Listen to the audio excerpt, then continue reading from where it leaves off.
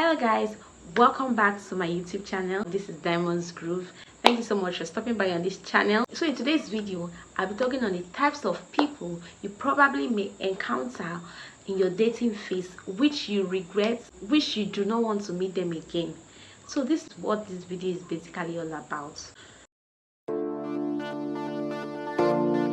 here, let's dive into the video right away. This particular set of people you would not want to encounter are people who just had a heartbreak. If you meet someone who just had a break up or they broke the person's heart, you probably might not want to be in any kind of relationship with those kind of people, because sometimes they are not even done, mourning their breakfast, their breakup. They are not done with the person, so they still have like memories. They're still thinking and hoping that everything will get back well. And if you happen to meet these kind of people, you may actually be like like a rescue, someone who they are going to channel all those energy, all the hurts to, and you may not enjoy such relationship. So they may actually use you and pass time. They will use you to get relief. They use you to like pass aggression, depending on the kind of anger they are harboring in their mind. They just left a relationship, they just had their heart broken, and since they are not really done, they might not really love you the way you should be loved. They may even start comparing you. The vibe is not just there compared to when the person was not in that kind of situation. So you can imagine how that would feel if you happen to be in a relationship with someone who just had a break up at the time you were trying or you are dating the person. There are another set of people that do not want to be in such kind of relationship. Are people that they are friends with their exes. They have their numbers, they always check up on their exes 247 and all those kind of things. Like they always keep up with their exes. The truth there is, most times they are not done with their exes. They still have that kind of intimacy that maybe if they are in some kind of compromised situation, these feelings, or if they actually open up again, the feelings may actually come back and everything will just fall in place and they'll be back together. So if you're in a relationship with someone who is always keeping in touch with the ex, there are some people that keep up with their exes, and at the long run they come back together, and you as the partner that was in the picture already dating this person will now be heartbroken because your partner has left you for an ex that they always tell you it's just nothing, it's an ex, it's just a normal friend, all those kind of things. The whole situation is compromised, and you on the other end, you receive your own breakfast. So this kind of situation, if you're someone that cannot cope with this, if you've experienced it, it's not something you want to experience again. If you've not experienced it, it's not something you will even want to be in that kind of situation. I'm not saying that this works for everybody. Another kind of people that you will not want to be in a relationship with are people who have misused the word besties. Besties like best friends and all those kind of things. Okay, so they have besties of the opposite gender. Who is their bestie? They will go as far as calling him coconut head, and you're just there in the picture. So if you're someone that cannot take this kind of thing, trust me, you don't want to be in this kind of situation, because you will be feeling so bad. So these are the kind of people you should not be, that you should not even try being in a relationship with them, because somehow you have to even tell them, let us draw boundary. I don't understand this bestie thing again. Is it that this bestie is the one you are dating? Sometimes you need to speak up so that you will not be used at the end, or you will not feel bad, or you will not be heartbroken. So it's better you air your mind and say what is the problem, and or you speak to your partner what you cannot take, than take it and say, okay, just best believe that, okay, the word besties. Obviously people have misused the word. So if you're in such a situation where your partner has a bestie, please try to speak or talk things through so that you will know where you are standing, and then use your intuition to also read the whole thing to know that if you are safe with this person as a partner, or your partner has another partner that you are aware of but you don't know that it's a partner. These kind of besties, they will use you to build foundation. They will use you to build the main building. They will use you and roof everything, and you are still there as a partner. So they will just use you as a stepping stone while they are achieving every milestone in their relationship, till they will finally pack and enter the house, and you will just be there Before you know it, they will not serve you your breakfast last. So that's just it. Another set of people you would not like to be in a relationship with are people who are separated or not legally divorced. If you're somebody that does not like fight, you don't like trouble, you don't like, impromptu kind of dramas and all those things like that, is this person separated? If yes, is he legally divorced? These are things you should look out for, so that you will not be in a had I known situation. Or they might even lie to you that, oh, they are separated, or just normal. They'll just say it with their words, I'm separated, or me and my wife. You don't know, probably at that time, he and the wife, or she and the husband, they had issues at that time. And so they just use you to pass time, use you to just, play along, or just use you as a comforter at that moment, and you'll be played. So it's better and very important that you have to know that if this person says he's divorced, because some people can just say they are divorced just for it, okay, because they know that if you say they are divorced, yes, they can have it to themselves. But try to find out, draw the line, try to know everything in details, so that you don't find yourself in a drama, or you will not be safe again. You now went and entered the wrong hands. So please, this is another situation or scenario that you might not really like to be in. So another set of people that you might not really like to be in a relationship, you won't regret, are people that are too busy. In as much as everybody is looking for money, everybody is hustling, the situation, the world is already too, somehow people are trying to hustle and get ends meet, try to put food on their table and live a comfortable life, be happy, have money to afford whatever they want to do. Yes, it's highly accepted. But then, bros, auntie, why are you so busy? What are you busy doing? If you're overly busy, it's somehow, at least you have time for people you love, people you hold in high esteem, people you cherish, people that you have at heart. You will have time for them. You can't tell me that you're working around the whole clock.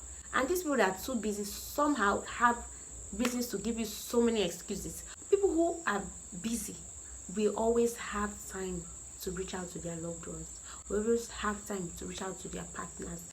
Make time for your partner. So if you're someone who cannot take that risk of having a overly busy partner, please do not indulge in it. Do not go into it. But there's some that have genuine excuses. But regardless, please, for heaven's sake, try to have time for your partner.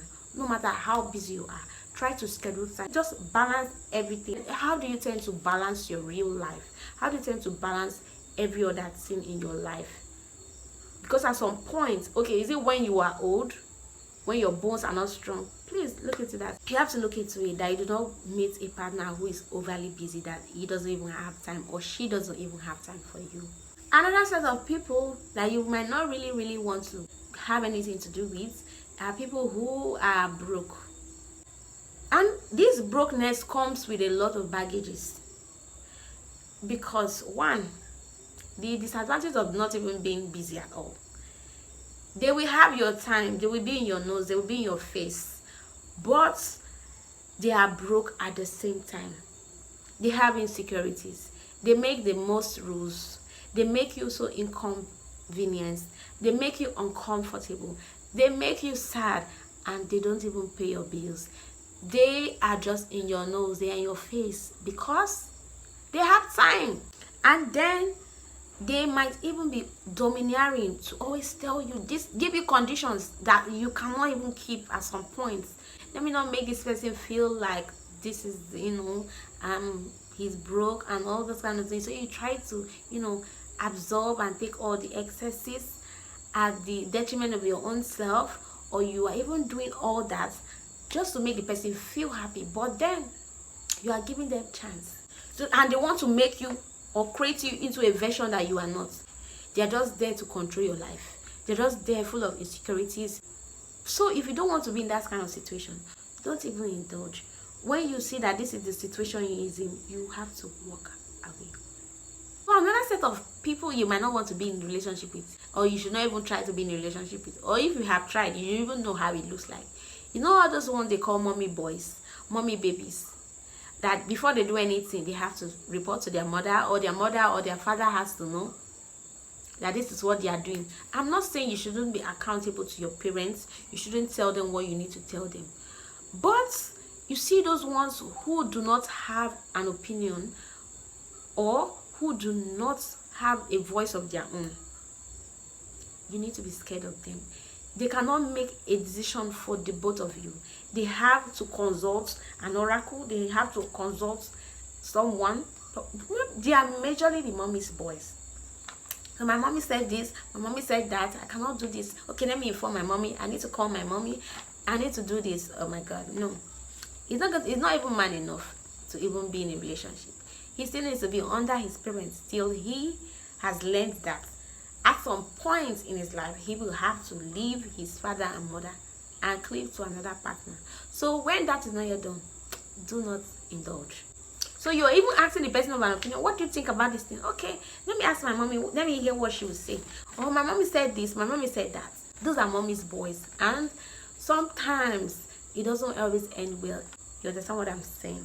So you don't want to be in that kind of situation with them, because they will be drawing you backward to 1988, and we already left there. This is 2023. These boys are not certain about what they want. They're not certain about their feelings.